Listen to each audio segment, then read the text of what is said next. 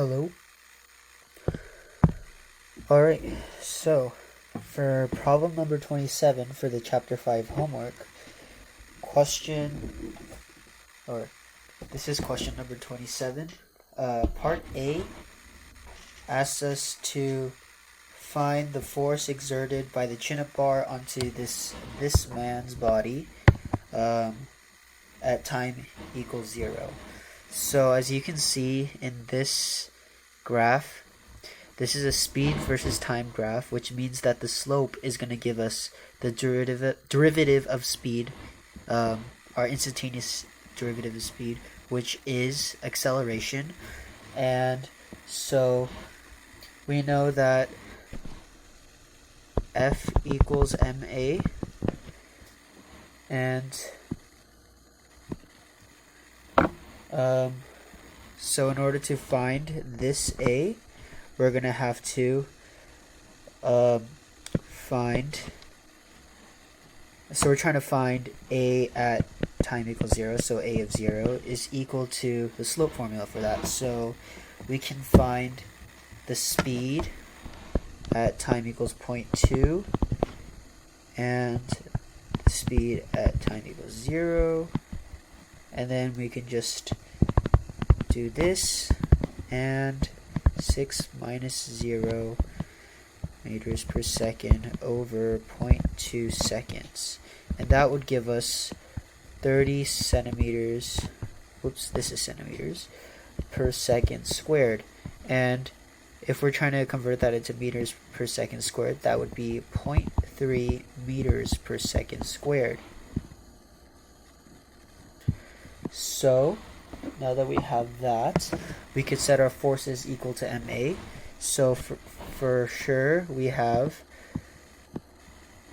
this mg, we'll just name that as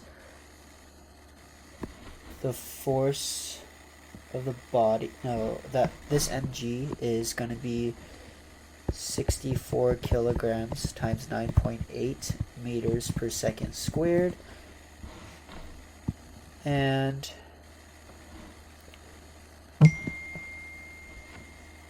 the force that the bar is applying to this man is, we're just going to call it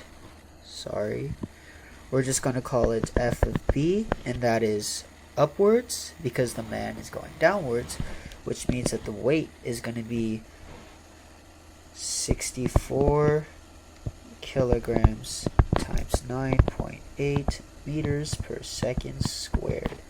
And we set that equal to ma, the mass of the system, or of the man, is 64 kilograms, and his acceleration, as we determined right here, is 0.3 meters per second squared. And now we add 64 kilograms times 9.8 meters per second squared to both sides, and we get that the force that the bar is applying to the man is 640.4 newtons upwards. And this is for A. If we look at part B, it asks us for the force at time equals 0.5 seconds, but as we've determined, we already used 0.6, or no, we didn't. Never mind, forget about that. But you can see that the slope at 0.5, it's still the same as the slope initially, so we can just say that since this acceleration is going to be the same, the force that the bar is applying to the man is also going to be 640.4 newtons upwards, because nothing else changes. The force, we're still solving for the same force, and the weight of the man does not change, and the only thing that changes is this acceleration. Alright, now that we did that, we can go on to part C. So we're asked to find the force at time 1.1 seconds. So for part C, we're gonna need to, or if we just look at our graph, it's not shown here, but right here at the top of this hill is 1.1 seconds. And right here we can see a horizontal tangent. This means that the acceleration at time 1.1 seconds is equal to 0 meters per second squared. And if we sum all our forces up and set it equal to ma, there's the force of the bar minus the weight of the man, 64 kilograms times 9.8 meters per second squared, and that's equal to 0. And this means that the man is in equilibrium. So the force of the bar is equal to the weight of the man. And that would equal 627.2 newtons upwards. Great. Now for part D. We're supposed to find the force at time equals 1.6 seconds. So at 1.6 seconds, it's about, it's about right here. So, we're gonna try to find the slope of this line right here.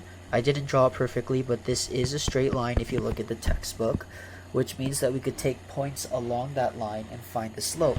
So so that would give us the acceleration. So the acceleration at time 1.6 seconds is equal to the speed at 1.7 seconds minus the speed at 1.3 seconds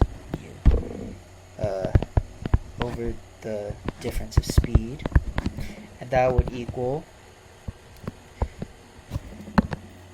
0 is the speed at 1.7 seconds minus 24, that's the speed at 1.3 seconds, and that's in centimeters per second, over 0.4 seconds. So that's not a 6, that should be a 0.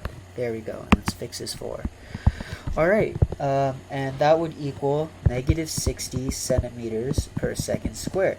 And to convert that into meters per second squared, we would get negative 0.6 meters per second squared.